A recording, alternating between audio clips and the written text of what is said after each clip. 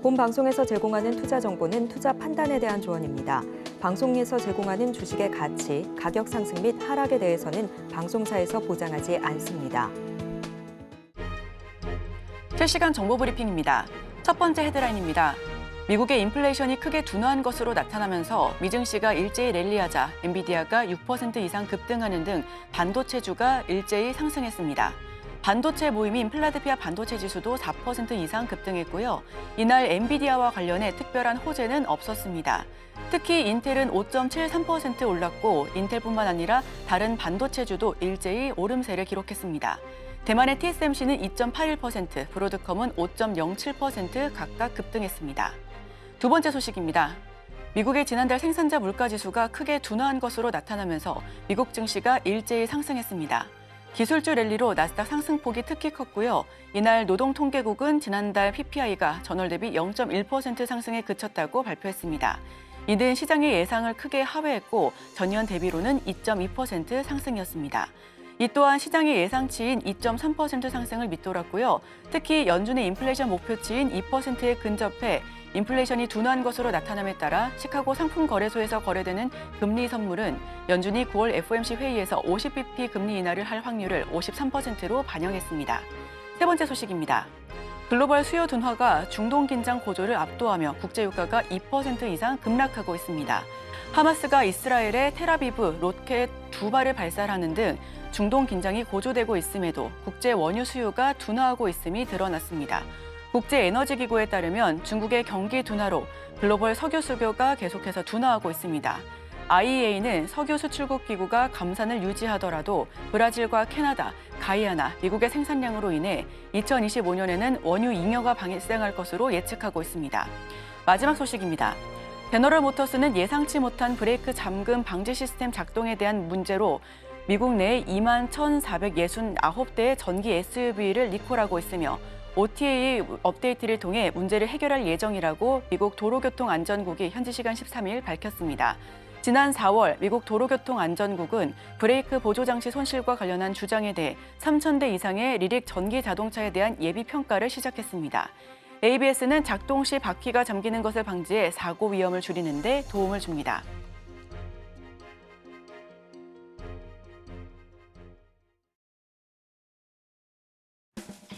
여러분의 성공 투자를 응원합니다. 안녕하세요. 증시7 진행의 아나운서 이소연입니다. 간밤 미증시 3대 지수 일제히 상승하면서 마감했습니다. PPI가 둔화세를 알리자 계속해서 오름세를 기록하던 기술주도 큰 폭의 상승 흐름을 나타냈는데요. 이제 CPI가 남아있습니다. 더 자세한 소식은 이어지는 외신 브리핑 통해서 전달드리겠습니다. 수요일의 증시7 지금 바로 출발합니다.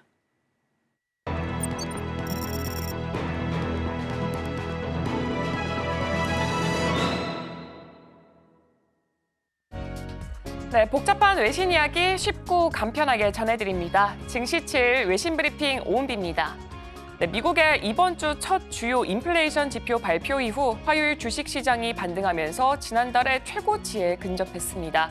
다우지수 같은 경우에는 1.04% 상승했고요. S&P 500 지수 같은 경우에는 1.68%, 그리고 나스닥 지수 같은 경우에는 2.43% 굉장히 큰 폭의 상승세를 보여줬습니다.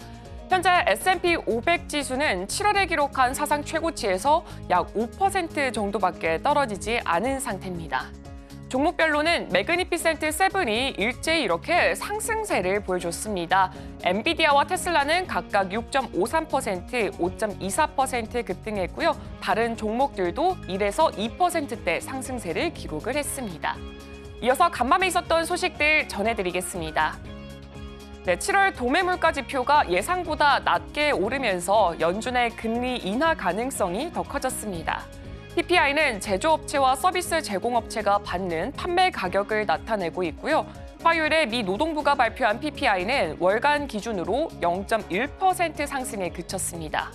변동성이 큰 식품과 에너지를 제외한 핵심 PPI 같은 경우에는 변동성이 없었습니다. 경제학자들은 전체와 핵심 지표 모두에서 0.2% 상승을 예상했지만 실제로는 더 낮았습니다. 전년 동기 대비로는 PPI가 2.2% 상승해서 6월에 2.7% 상승률에서 크게 하락했습니다. PPI는 제조업체와 공급업체의 관점에서 인플레이션을 예측하는 지표로 이 소비자들이 실제로 지불하는 가격을 측정하는 CPI와는 좀 상반됩니다. CPI는 수요일에 발표될 예정이고요. 경제학자들은 전체와 핵심 CPI가 월간 기준으로 0.2% 상승할 것으로 보고 있습니다. 이 두 지표는 인플레이션을 감지하는 중요한 지표로 사용되고 있습니다. 또한 이번 조사에서 저소득층 소비자들이 인플레이션으로 인해서 더 큰 어려움을 겪고 있다는 점이 드러났습니다. 향후 3개월 내 부채 상환을 제때 하지 못할 가능성이 13.3%로 증가를 했는데 이는 2020년 4월 이후 최고치입니다. 이 중 특히 연간 소득이 5만 달러 미만인 가구에서 더 큰 증가폭이 나타났습니다. 일본의 7월 PPI가 전년 동기 대비 3% 상승하면서 시장 예상과 일치했고 6월의 2.9% 상승보다 소폭 증가했습니다. 이는 6개월 연속 상승세를 이어가면서 11개월 만에 가장 빠른 상승률을 기록한 것입니다. 이번 상승의 주요 원인 중 하나는 엔화 약세로 인해서 수입 원자재 비용이 전년 대비 10.8% 상승한 것으로 이는 6월에 수정된 10.6% 상승률보다 더 빠르게 오른 것입니다. 이는 엔화 약세가 수입 가격에 지속적으로 영향을 미치면서 전체 생산 비용 상승에 기여하고 있음을 보여주고 있습니다. 또한 월간 기준으로 PPI는 0.3% 상승해서 시장의 예상치와 일치했습니다. 다음 소식입니다. 현지 시간 12일에 진행된 일론 머스크와 도널드 트럼프 공화당 대선 후보의 대담이 기술적 문제로 인해서 40분 이상 지연된 후 시작됐습니다.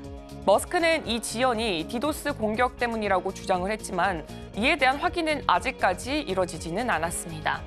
X 플랫폼에 따르면 200만 명 이상의 사용자가 트럼프의 스페이스에 접속을 했고요. 인터뷰는 2시간 넘게 이어졌습니다. 대화는 비교적 자유롭게 진행이 됐고 주제는 자주 바뀌었습니다. 트럼프 전 대통령은 자신이 직면한 형사와 그리고 민사 혐의에 대해서 불만을 표출을 했고 재임 중에 이룬 성과와 또 재선 시 계획하는 이상적인 미국에 대해서 얘기를 했습니다. 또한 조 바이든 대통령과 카멀라 해리스 부통령을 겨냥한 이 개인적인 비판도 있었습니다. 두 사람은 대화 중 서로에 대한 칭찬도 주고받았습니다. 트럼프는 머스크를 최고의 효율성 전문가라고 부르면서 그의 업무 스타일을 높이 평가를 했고요. 머스크는 트럼프의 대선 출마를 지지하면서 그가 미국의 올바른 길이라면서 강조를 했습니다. 다음 소식입니다. 홈디포는 금리 상승과 소비자 지출 감소로 인해서 많은 소비자들이 대규모 주택 보수 프로젝트를 미루면서 또 한 번 저조한 실적을 발표를 했습니다. 화요일에 홈디포는 예상했던 437억 9천만 달러보다 낮은 431억 8천만 달러의 매출을 기록을 했고요. 주당 순이익은 예상보다 높은 4.67달러로 집계가 됐습니다. UBS 애널리스트는 마이클 라서가 이 금리 하락 전망으로 인해서 소비자들이 구매를 더 미루고 있고 또 이는 대규모 프로젝트 연기의 결과라고 분석을 했습니다. 홈디포는 매출 전망을 수정을 했고요. 올해 총 매출이 전년 대비 2.5%에서 3.5% 증가할 것으로 예상했습니다. 이는 이전에 예상했던 1% 증가보다는 높은 수치입니다. 하지만 동일 매장에서의 매출은 2023년과 비교했을 때 3%에서 4% 감소할 것으로 보이고 이는 이전 예상보다 더 부정적인 전망입니다. 다음 소식입니다. 화요일 스타벅스는 CEO 락스만 나라시만을 교체하고 브라이언 니콜을 신임 CEO로 임명한다고 발표했습니다. 나라시만은 2023년 3월 CEO로 취임을 했지만 미국과 중국이라는 두 핵심 시장에서의 판매 부진으로 올해 스타벅스의 실적은 기대에 미치지 못했습니다. 반면에 신임 CEO로 지명된 브라이언 니콜은 2018년부터 치폴레 CEO로 재직을 하면서 이전에는 타코벨을 이끌었습니다. 니콜은 치폴레에서 음식 안전 문제를 해결을 했고요. 팬데믹 기간 동안에도 매출을 성공적으로 끌어올린 경험이 있습니다. 특히 최근 몇 분기 동안 다른 레스토랑들이 소비자 지출 감소를 겪는 와중에도 치폴레는 매출과 방문자 수가 꾸준히 증가하는 성과를 보였습니다. 이를 통해서 스타벅스는 이번 CEO 교체로 실적 개선을 기대하고 있습니다. 현재 이 소식으로 인해서 스타벅스 주가는 24% 급등한 채로 마무리했습니다. 다음 소식입니다. 중국의 화웨이 테크놀로지스가 미국의 제재 속에서 엔비디아에 도전하기 위해서 인공지능용 신형 칩을 곧 출시할 예정이라고 월스트리트 저널이 화요일에 보도를 했습니다. 이 보도에 따르면 화웨이의 최신 프로세서인 어센드 910C가 최근 몇 주 동안 중국의 인터넷과 통신 회사들에 의해서 테스트가 되고 있고, 또 화웨이는 예비 고객들에게 이 칩이 엔비디아의 H100과 또 견줄 만하다고 설명을 했습니다. 하지만 화웨이는 로이터의 논평 요청에 즉각적으로 응답하지는 않았습니다. 미국 규제당국은 지난해 국가 안보 우려를 이유로 엔비디아가 H100을 포함한 이 AI용 첨단 칩을 중국 고객에게 판매하는 것을 금지하는 규정을 시행을 했습니다. 이후 엔비디아는 중국 시장을 겨냥한 3가지 칩을 출시를 했고요. 이 중에 가장 주목받은 것은 H20 칩입니다. 그러나 미국의 제재에 따라서 H20의 컴퓨팅 성능은 H100 칩에 비해서 상당히 제한이 됐습니다. 한편 월스트리트 저널은 화웨이가 10월부터 최신 칩을 출할 계획이라고 전달을 했습니다. 이로 인해서 틱톡의 모회사인 바이트댄스, 바이두, 차이나 모바일 등의 기업들이 이 910C 칩을 확보하기 위해서 움직이고 있습니다. 초기 협상 결과 화웨이와 잠재 고객 간의 주문량이 7만 개를 넘을 것으로 예상되고 있고요. 총 가치는 약 20억 달러에 달할 것이라고 이 보도는 전했습니다.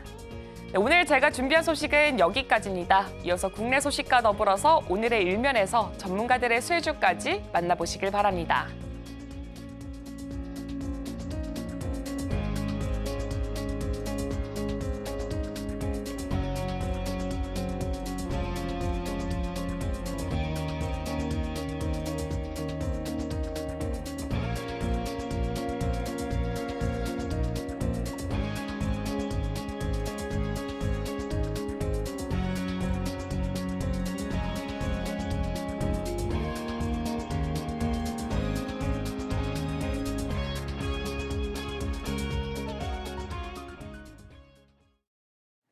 네, 서울경제TV 증시7 조간브리핑 시간입니다. 서울경제신문에서 발행한 이슈 전해드리는데요. 첫 번째 소식부터 하나하나 짚어보겠습니다. 화면 살펴보시죠.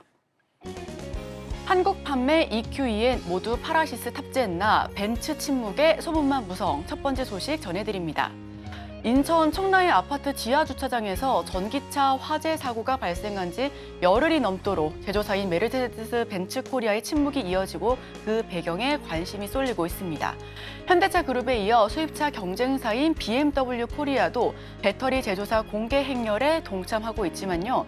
벤츠는 여전히 비공개 입장을 고수하고 있고요. 전기차 화재 사고가 난 이후 자발적으로 배터리 제조사 정보를 알리는 업체들이 나오고 있지만 벤츠는 본사 방침에 따라 공급업체 정보는 공개하지 않겠다는 기존 원칙을 그대로 지키고 있습니다. 현대차는 9일 현대차 제네시스의 전기차 13개종에 탑재되는 배터리 제조사를 모두 공개했습니다. 기아와 BMW 코리아도 각각 전기차 7종과 6종의 배터리 제조사 이름을 홈페이지에 바로 게시했고요. 벤츠가 배터리 제조사 공개에 미온적인 태도로 일관하자 업계와 전기차 커뮤니티에서는 다양한 관측이 쏟아지고 있습니다. 우선 대표적인 것이 중국산 벤츠 국내 수입설인데요. 벤츠가 배터리 제조사를 공개할 경우 후폭풍을 염려해 비공개 원칙을 고수하고 있다는 분석이 나오고 있습니다. 화재 조사 결과에서 배터리 결함이 원인으로 드러날 경우 기존 차량 구매자에게 리콜을 포함해 막대한 피해 보상이 불가피한 상황입니다. 청라 아파트 화재 열흘이 넘도록 벤츠는 비공개 입장을 여전히 고수하고 있습니다. 기아는 배터리 제조사 전면 공개했고요. BMW 코리아 역시 홈페이지에 게시했습니다. 다음 소식입니다. 출장비 20% 절감, LG전자 최대 실적에도 비상 경영. LG전자가 출장비 예산을 전년 대비 20% 넘게 감축하는 등 사실상 비상 경영에 돌입했습니다. 올해 2분기 영업이익 1조 2천억 원 등의 실적을 거두기는 했지만 하반기 경영 불확실성이 커지고 있어 사전 대응에 나선 것으로 풀이되고 있습니다. 본업인 가전 부문에서 글로벌 수요가 좀처럼 살아나고 있지 않은 것도 고민입니다. LG전자는 7월 말부터 전사적인 비용 절감에 착수했는데요. 사업부마다 일부 차이는 있지만 기존 예산의 80% 수준을 줄이기로 했습니다. LG전자는 2분기 기준 역대 최고 실적을 거뒀습니다. 문제는 하반기 들어 경영 환경이 급격하게 어려워지고 있다는 점이고요. 일단 거시경제 전망이 밝지 않습니다. 경기가 꺾이면 해상 운임 비용이 낮아져야 하지만 지정학적 요인이 운임을 밀어 올리는 상황이 연출되고 이에 따라 가전업계는 올해 하반기 해상 운임 컨테이너 비용이 상반기 대비 50% 넘게 상승할 것으로 전망하고 있습니다. 여기에 수요 회복은 제한적인데 경쟁은 점점 격화해 마케팅비 지출 역시 늘어나 주춤하는 TV 사업 역시 불안감을 키우는 요인이고요. 프랑스 파리 올림픽, 유로 2024 등 대형 스포츠 이벤트가 포진한 올해를 회복 모멘텀으로 기대했지만 이마저 큰 효과를 거두지는 못했다는 평가입니다. 본사 조직, H사업부 본부 등 긴축을 보여주고는 있지만 내수 부진 속에 운임 등 비용 상승으로 인해서 2분기 호실적에도 불구하고 하반기 난항을 겪고 있습니다. 다음 소식입니다. AI 거품론 시기상조, 내년 D램 수요 13% 초과한다. 세계 증시에서 IT 관련 종목이 폭락했었습니다. AI 거품론이 확산되고 있으면서 내년 메모리 반도체 시장이 다시 한번 큰 폭의 성장할 수 있을 것이다라는 전망이 새롭게 부상하고 있는데요. 내년에도 빅테크 회사들의 AI 투자 의지가 꺾이지 않고 온 디바이스 AI 전환 속도가 가팔라질 것을 예상하고 있습니다. 삼성전자와 SK하이닉스는 내년에 발생할 수 있는 D램 공급 부족 현상에 대비하기 위해 신규 설비 투자를 열심히 계획하고 있는데요. 트랜스포스는 내년 D램 시장의 연간 매출이 1,364억 8,800만 달러로 올해보다 50% 넘게 증가할 것이다라고 예측하고 있습니다. 트랜스포스가 월간 리포트에서 2025년 메모리 시장 전망을 내놓은 것은 이번이 처음인데요. D램의 공급 부족 현상도 심할 것으로 내다봤습니다. 트렌드포스는 내년 4분기에는 D램의 수요가 공급량을 13% 웃돌 것이다라고 전망을 하고 있고요. 특히 서버용 D램은 수요량이 공급을 15% 넘게 앞지를 것으로 예상을 하고 있습니다.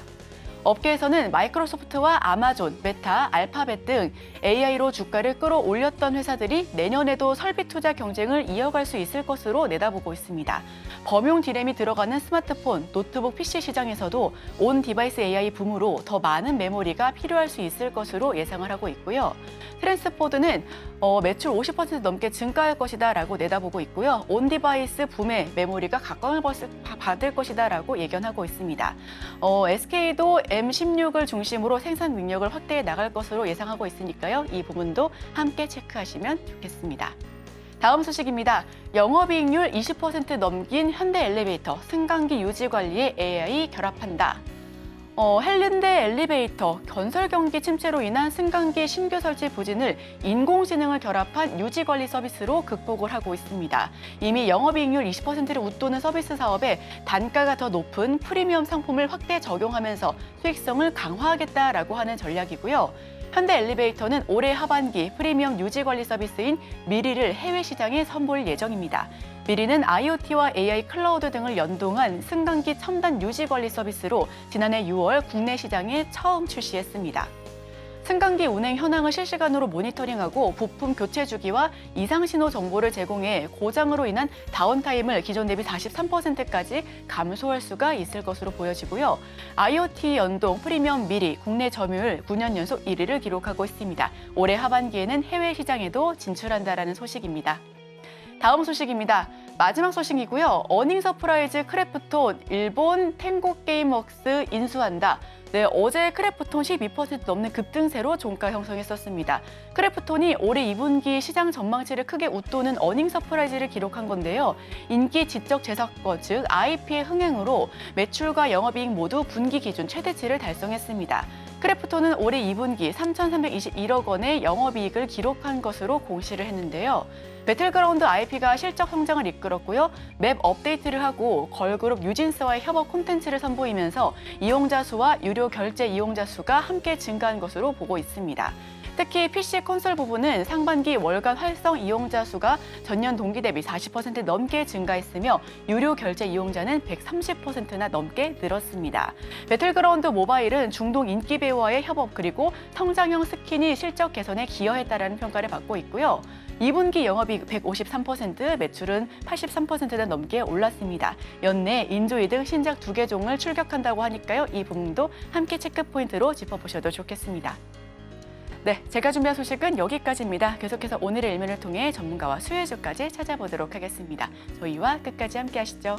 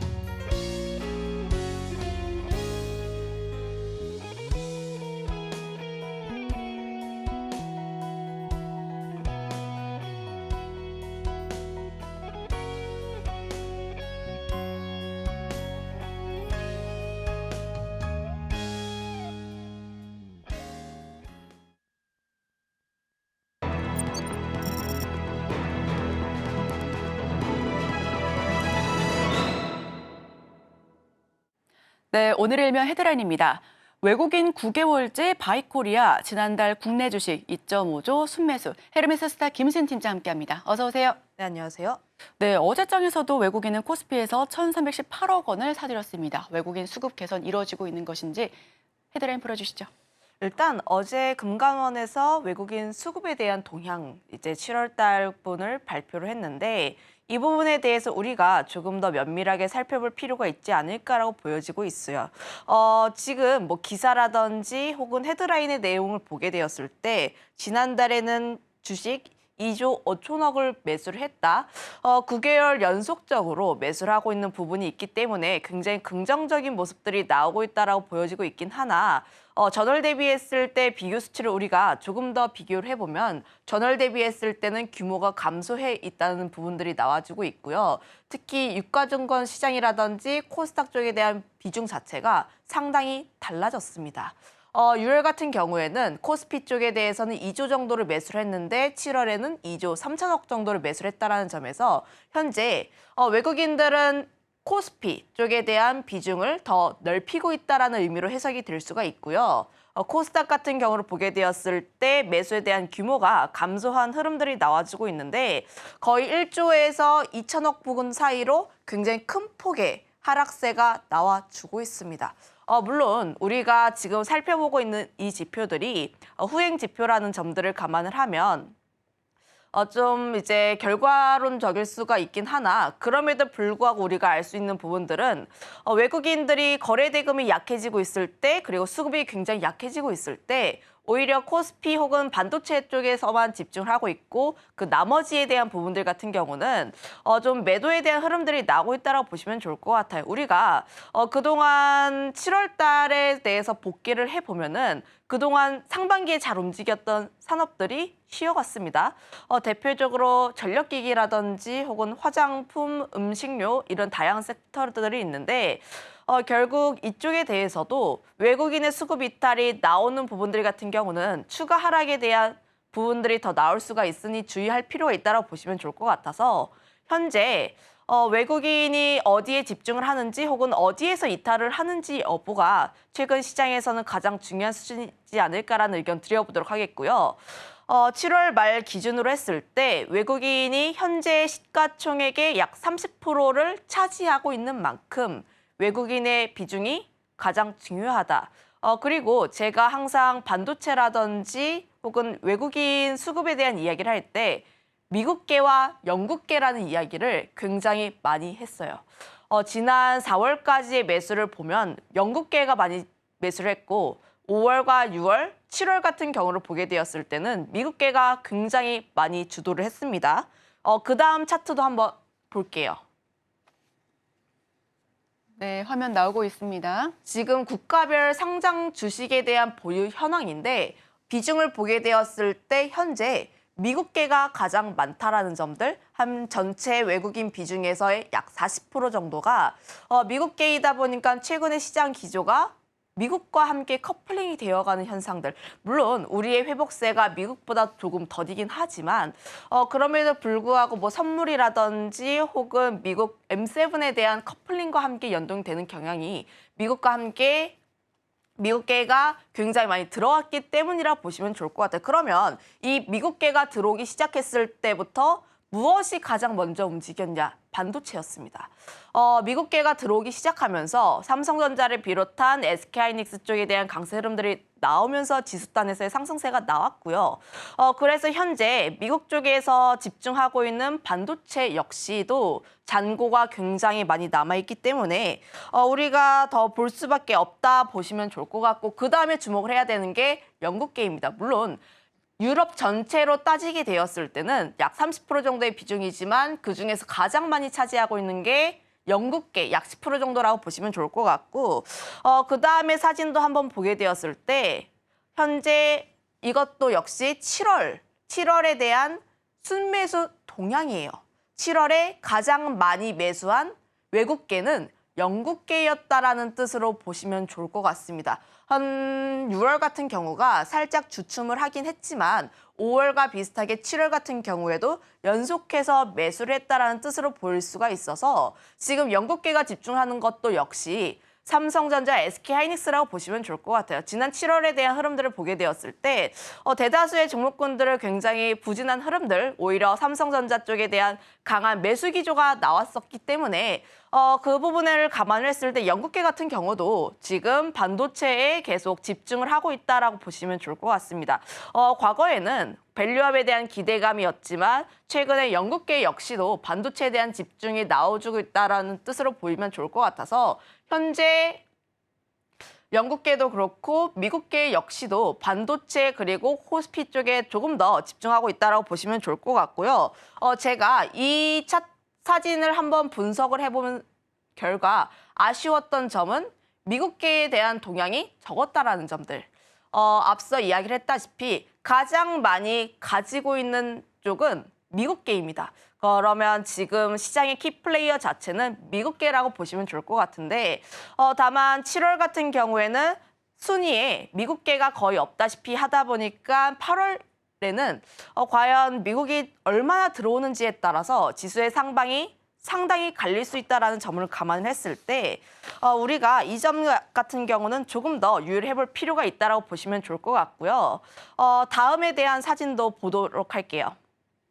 8월에 대한 수급 동향도 제가 가지고 왔는데 그러면 우리가 계속해서 이야기를 했던 주요 포인트는 외국계가 가장 중요하다. 그리고 외국계는 반도체에 집중을 하고 있다라는 내용을 이야기를 했어요. 그리고 그중에서 미국과 영국계가 핵심이다가 이 요약이라고 보시면 좋을 것 같은데 8월에 대한 수급 동향을 우리가 조금 더 분석을 해보면은 그동안 외국인 같은 경우에는 코스피 쪽에 대한 매도세가 나왔고 코스닥 같은 경우에는 매수세가 나왔습니다.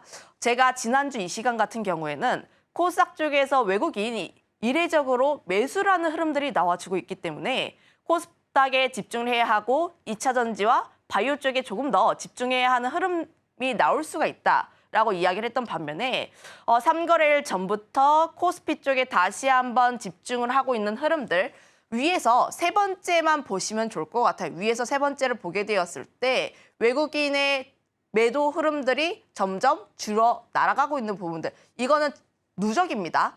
전체에 대한 부분들은 누적이다 보니까 지금 순매도에 대한 흐름들이 점점 줄어가고 있고 코스피에 다시 한번 집중을 하고 있는 흐름들이 나와주고 있는데 결국 현재 코스피 쪽에서는 수급이 유입되고 있고 코스닥은 수급이 이탈되고 있는 흐름들이 있으니 앞서 이야기를 했던 것처럼 외국인이 다시 한번 돌아오게 되었을 때 가장 먼저 집중해야 하는 쪽은 코스피 쪽이 아닌가라는 결론을 내려보도록 할게요. 네, 외국인이 코스피 종목 산업 위주로의 매수세를 보이고 있습니다. 외국인 수급 가운데 미국계와 영국계로 크게 나누게 된다면 미국계에서는 외국인 수급이 들어오면서 미국 증시와 커플링 현상을 나타낸 것으로 보여지고 있고요. 여기에 M7과 방향을 같이 한 것으로도 분석이 되고 있습니다. 특히나 영국계 같은 경우에는 그동안 반도체 위주로의 매수세를 연출했었는데 앞으로 계속해서 이 수급 흐름들 함께 살펴보셔도 좋을 것 같습니다. 자, 그렇다면 긍정적인 수급 동향 속에서 삼성전자와 SK하이닉스 쪽의 매수세도 기대해 볼 만할 것 같은데요. 그 상승 어디까지 기대해 볼 수 있을지 이야기를 나눠보고 싶은데 사실 원고에는 20만 닉스라고 되어 있거든요. 근데 사실 20만 닉스는 뚫어냈잖아요. 10만 전자, 30만 닉스 가능할까요? 30만 닉스는 좀 단기적으로는 무리지 않을까. 지금 그것도 한번 생각을 해보시면 좋을 것 같아요. 지금 증시가 굉장히 바닥권 대비했을 때 올라온 부분들이 있다라는 점들. 그리고 지난 미국 증시의 흐름들을 보게 되었을 때 엔비디아의 강세 흐름들 그리고 필라델피아 반도체 지수의 상승 흐름들을 감안을 하면 오늘 역시도 1% 이상의 강한 상승세가 나올 것으로 좀 기대를 하고 있습니다. 결국 그렇게 되면 중요한 것은 무엇이냐? 지난주에 하락분, 그러니까 하락에 대한 갭 부분을 거의 다 메울 수 있다라는 쪽으로 보시면 좋을 것 같아요. 그 다음에 나올 수 있는 연출은 바닥권에서 잡으신 분들 같은 경우는 오히려 갭을 메웠을 때 차익에 대한 욕구가 나올 수가 있기 때문에 지금 같은 경우는 전고점을 향해서 달려간다라기보다는 회복세를 좀 다소 회복을 했다라는 뜻으로 보시면 좋을 것 같고요.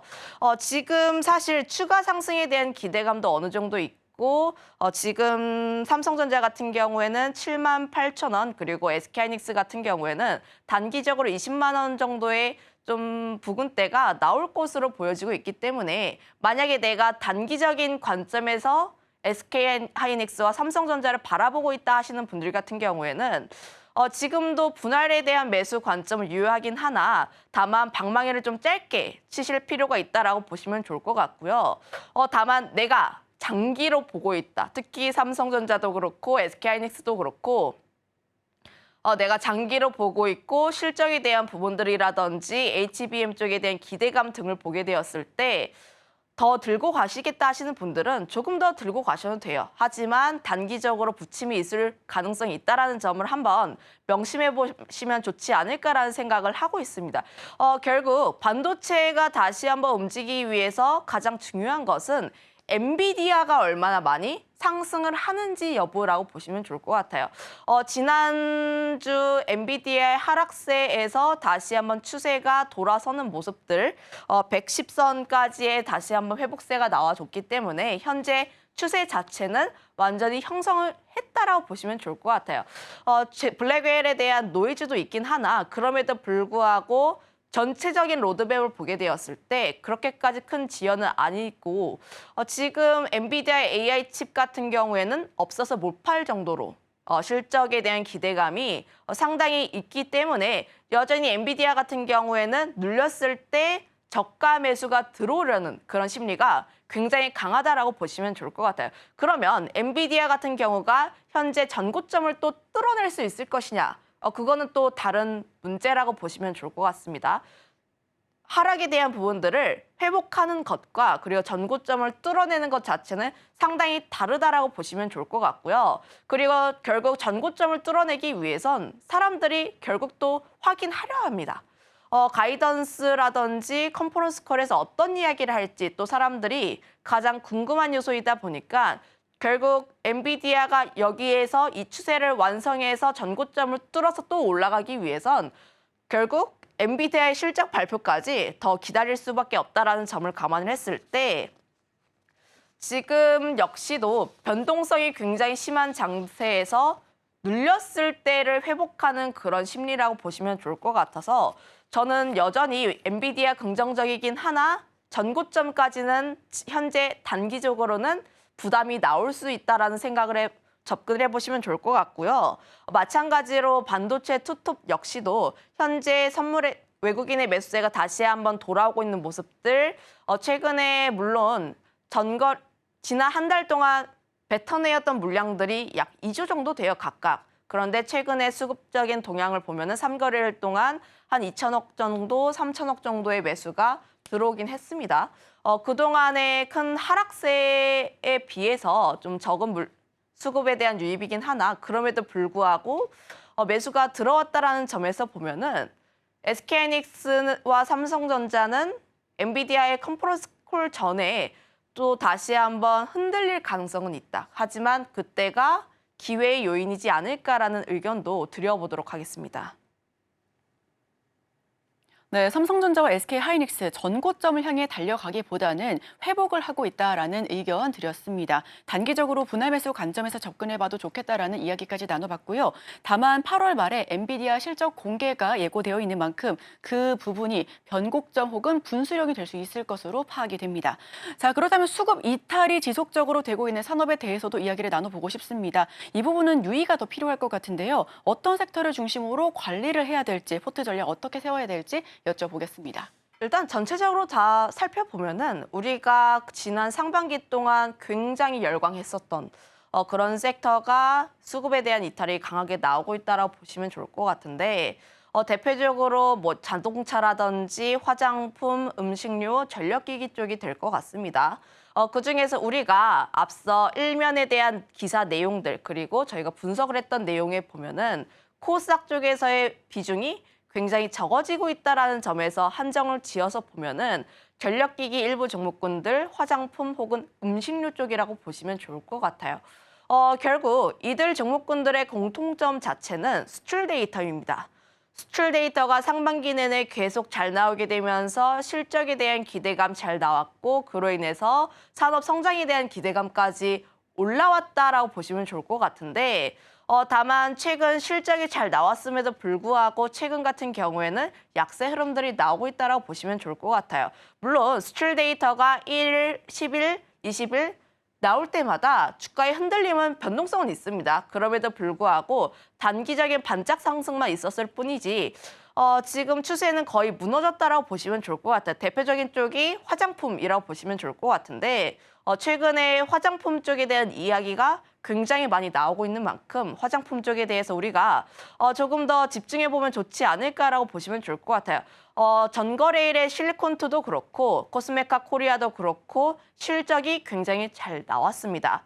2분기 실적을 어떻게 추정을 하냐면 보통 4월, 5월, 6월에 대한 수출 데이터 그리고 그때 얼마나 많이 팔렸는지를 가지고 우리가 추정을 하다 보니까 컨센을 만들어요. 이때 이 정도의 수출 데이터와 팔렸으니 2분기 실적은 예상치가 어떻게 나오겠다라는 생각이 나옵니다. 지난 상반기 동안 화장품 기업들의 실적을 잘 생각을 해보면은 그때 항상 실적이 나왔고 그리고 항상 예상치를 굉장히 크게 상회하는 실적이 나왔어요.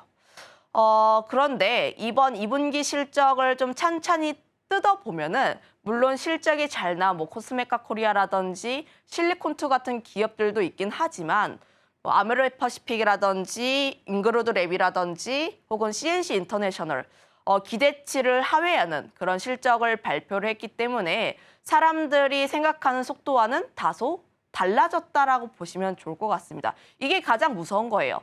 성장은 하고 있는데 성장률이 꺾일 수 있다는 두려움. 이게 어디서 많이 나왔냐면은 2차 전지에서 나왔습니다. 2차 전지 같은 경우에도 바닥권에서 실적이라는 성적표를 보여주고 있고 그리고 성장률이 폭발적으로 나오고 있다는 그 기대로 인해서 바닥권에서 굉장히 크게 상승을 했는데 그로 인해서 지금 그때 당시에 주가가 굉장히 고점이었죠. 근데 고점 라인대에서 우리가 생각했던 것만큼 그 이상의 성적표를 보여주지 못했고 그 이상의 성장률이 안 나와주고 있다 보니까 주가는 꺾인 겁니다. 이제 화장품 같은 경우도 우리가 조금 더 자세하게 생각해 볼 필요가 있다고 보시면 좋을 것 같아요.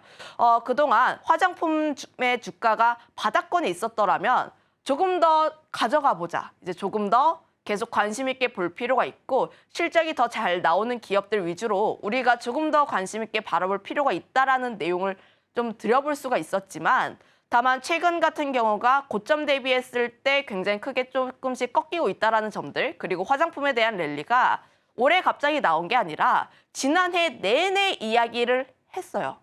물론 작년 같은 경우도 CNC 인터내셔널이라든지 일부 종목군들은 피크아웃에 대한 내용들이 나왔습니다. 다만 피크아웃에 대한 내용들이 나왔을 때 이런 논란들을 떨쳐버리고 다시 한번 올라간 것이 아니라 3개월에서 6개월 정도 쉬어가는 흐름들이 나와줬기 때문에 현재 화장품 같은 경우에는 센티가 안 살아나고 있다고 보시면 좋을 것 같아요. 결국 다시 한번 또 화장품이 올라가기 위해선 우선 첫 번째로 실적이 잘 나올 필요가 있다고 보시면 좋을 것 같고 이 실적에 대한 부분들은 그냥 잘 나온 게 아니라 우리의 기대치를 뛰어넘는 실적이 나와야 합니다. 결국 주가라는 것은 사람들의 심리가 많이 녹아든 부분들이다 보니까 우리의 기대치보다 훨씬 더 높은 그런 퍼포먼스가 나오게 되었을 때 주가 같은 경우에는 상방을 열어놓고 보는 거고 하다 보니까 이런 부분들을 우리가 조금 더 확인을 해볼 필요가 있지 않을까라고 보시면 좋을 것 같고 물론 이제 화장품의 핵심이라고 할 수 있는 이제 수출에 대한 데이터라든지 산업에 대한 지표 같은 경우는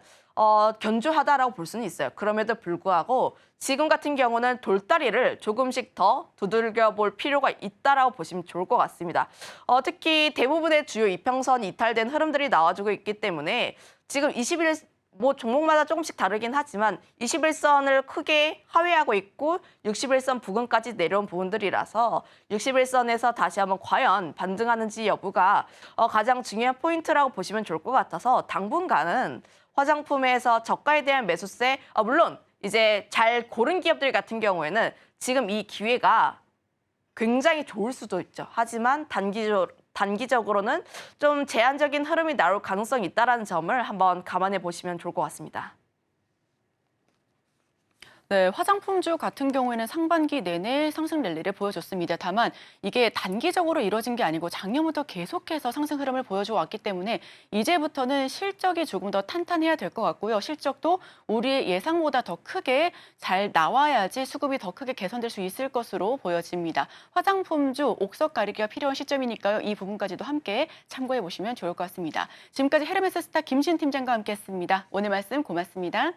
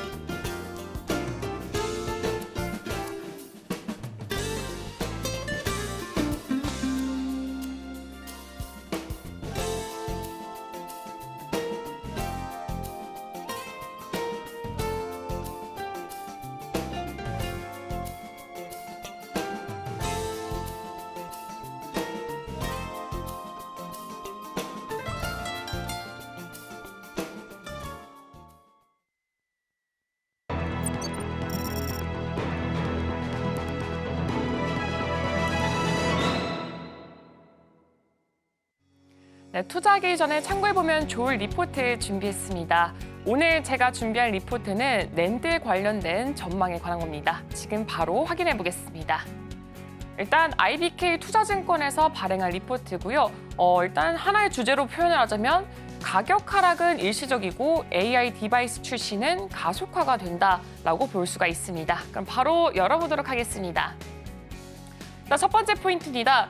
스마트폰 시장은 이 OEM 업체들 같은 경우에는 작년에 4분기 그리고 올해 1분기 굉장히 상당한 물량을 사들였기 때문에 재고를 현재 소화하고 있는 구간이다라고 볼 수가 있고요. 그럼에도 옴디아 쪽에서 말하는 거는 OEM 업체들 같은 경우에는 이 새로운 AI 스마트폰을 출시하기 때문에 3분기가 끝날 무렵부터 구매가 다시 한 번 더 증가가 될 것이다라고 예상치를 보였습니다. 올해 AI 스마트폰은 전체 스마트폰 출하량의 약 10% 수준으로 예상이 되고 있는데 불과 4년 뒤에는 47% 무려 절반에 가까울 정도로 비중을 차지할 것이다라고 조금 긍정적인 전망까지 이렇게 내놨습니다.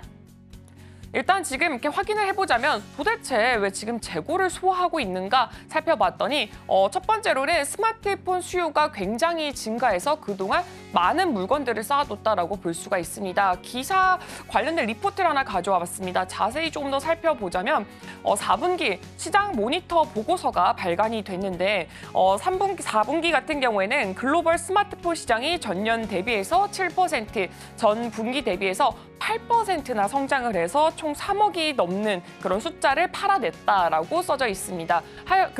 이 말인즉슨 굉장히 많은 스마트폰이 필요했기 때문에 그 관련된 뭐 낸드 플래시 메모리라던가 이런 게 많이 필요할 수밖에 없었다라고 풀이가 되고 있습니다.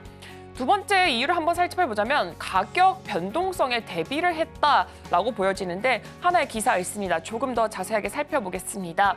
이렇게 급증 같은 경우에는 연말 프로모션에 따른 수요 안정화와 또 가격 상승을 따라잡기 위해서 부품 시장 주문이 확대에 기인을 했고요. 전년도 같은 기간에 비해서 이 강력한 비트 출하량을 기록한 결과다라고 표현을 했습니다. 그리고 2024년 1분기를 앞두고 전통적으로 굉장히 비수기다라고 표현이 되고 있는데 낸드 플래시 산업 매출은 추가로 20% 증가할 것으로 예상이 되고 있다고 합니다. 이는 공급망 재고 수준의 큰 개선과 또 계속되는 이 가격 상승 이쪽이 조금 더 포인트로 자리를 잡고 있고요. 이것에 따른 것이고 또 고객들이 잠재적인 공급 부족과 비용 상승을 피하기 위해서 주문 자체를 늘렸다라고 하면서 그로 인해서 재고가 많이 쌓였고 현재는 그 재고를 소화하는 단계다라고 볼 수가 있습니다. 두 번째 포인트 한번 살펴보도록 하겠습니다. 네, 올해 애플의 아이폰 출하량은 최소 9천만 대인데 이게 YOY 대비했을 때는 10% 증가로 예상이 되고 있습니다. 이는 애플이 AI에 높은 베팅을 하고 있다는 증거이기 때문이고요. 또 아이폰 판매 증가에 기여를 할 것이다라고 합니다. 아이폰 16 발매가 이제 코앞으로 다가온 상황인데 여기에는 정말 획기적인 AI가 접목이 될 것이다라고 하는 만큼 애플이 최소 YOY 대비했을 때 10%를 더 증가한 것은 이렇게 AI 쪽에 조금 더 비중을 크게 두고 있다라고 해석이 되고 있습니다. 또 중국 스마트폰 OEM 업체들도 하반기에 더 많은 AI 스마트폰을 출시할 준비를 하고 있다라는 기사까지 나오면서 앞으로 계속해서 좀 추가적으로 많은 AI 스마트폰을 생산할 예정이다라고 볼 수가 있습니다. 그리고 삼성 같은 경우에는 파리 올림픽에 앞서서 갤럭시 S24 시리즈 그리고 폴드 6, 플립 6를 출시한 건 바로 이 AI 스마트폰 경쟁에서 먼저 주도권을 잡기 위한 시도라고 보여지고 있고요. 삼성은 마케팅 프로그램의 일환으로 이 올림픽 선수들이 AI 기능을 직접 활용할 수 있도록 좀 더 경험을 하고 또 가족과 통화할 수 있도록 이 AI 스마트폰을 무료로 제공을 했습니다. 그걸 조금 더 확인을 하자면 지금 이렇게 외국 선수 같은 경우에는 이렇게 AI 스마트폰을 활용해서 뭐 사진을 찍는다거나 삼성이 마케팅 자료로 활용한 사진이고요. 그리고 지금 이걸 통해서 동시 통번역 그런 시스템까지도 이용하는 모습을 확인해 볼 수가 있습니다. 이로 인해서 삼성은 아무래도 올림픽이라는 큰 시장에서 AI 스마트폰에 대해서 좀 더 선두적으로 홍보를 할 수 있는 기회를 가져갔습니다. 세 번째 포인트 살펴보겠습니다. PC OEM 업체들도 개학과 또 블랙 프라이데이, 크리스마스 시즌 등을 이것을 겨냥을 해서 하반기에 윈도우 11 코파일럿을 탑재한 AI PC 모델을 늘릴 것이다라고 예상이 되고 있습니다. 일단 블랙 프라이데이 같은 경우에는 11월의 넷째 주 목요일인 이 추수감사절의 바로 다음 날로 미국에서는 이 최대 행사 축제라고도 불려지고 있습니다. 그리고 윈도우 11 코파일럿 같은 경우에는 마이크로소프트가 운영체제에 통합한 AI 기반 도우미 기능이라고 보시면 좋을 것 같습니다. 그리고 기존 프로세서 플레이어 인텔, AMD 이외에도 퀄컴이 스냅드래곤 X 엘리트와 그리고 X 플러스 프로세서를 내세워서 이 AI 시장에 참여를 하겠다라고 이렇게 조금 말을 했었는데요. 스냅드래곤 X 엘리트와 또 X 플러스 프로세서 같은 경우에는 퀄컴이 개발한 이 고성능 모바일과 컴퓨팅용 프로세서 시리즈를 볼 수가 있고요. 주로 고성능 노트북, 태블릿 그리고 고급 스마트폰과 같은 이렇게 정말 사양이 높은 곳에서 사용이 되고 있다라고 보시면 좋을 것 같습니다. 특히 AI와의 연결성, 전력 효율성에 중점을 두는 설계가 또 특징적으로 자리 잡고 있습니다.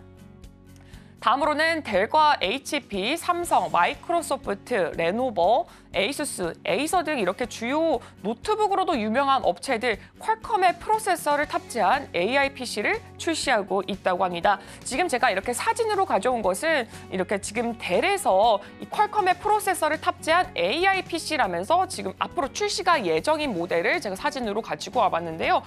지금 스타트 프라이스 같은 경우에는 $1,299로 측정이 되고 있습니다.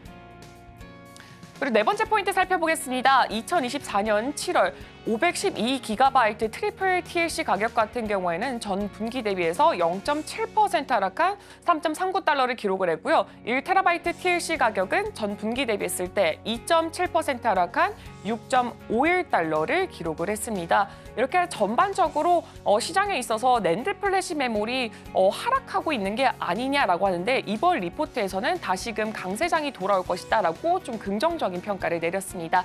여러분도 투자하실 때 이 부분 참고해 보시면 좋을 것 같습니다.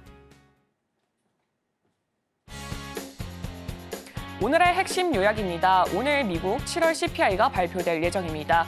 현재 외국인이 9개월째 바이 코리아 진행하고 있습니다. 오늘의 일면에서는 화장품 섹터 부진 배경과 수급 이탈에 대해서 분석해 봤습니다. 투자하실 때 참고해 보시길 바랍니다.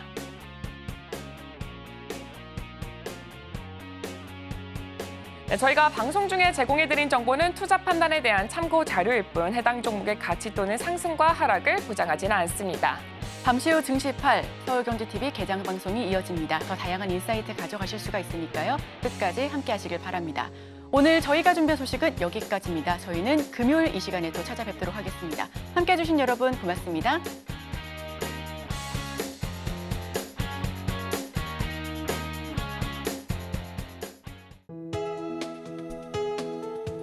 본 방송에서 제공하는 투자 정보는 투자 판단에 대한 조언입니다. 방송에서 제공하는 주식의 가치, 가격 상승 및 하락에 대해서는 방송사에서 보장하지 않습니다.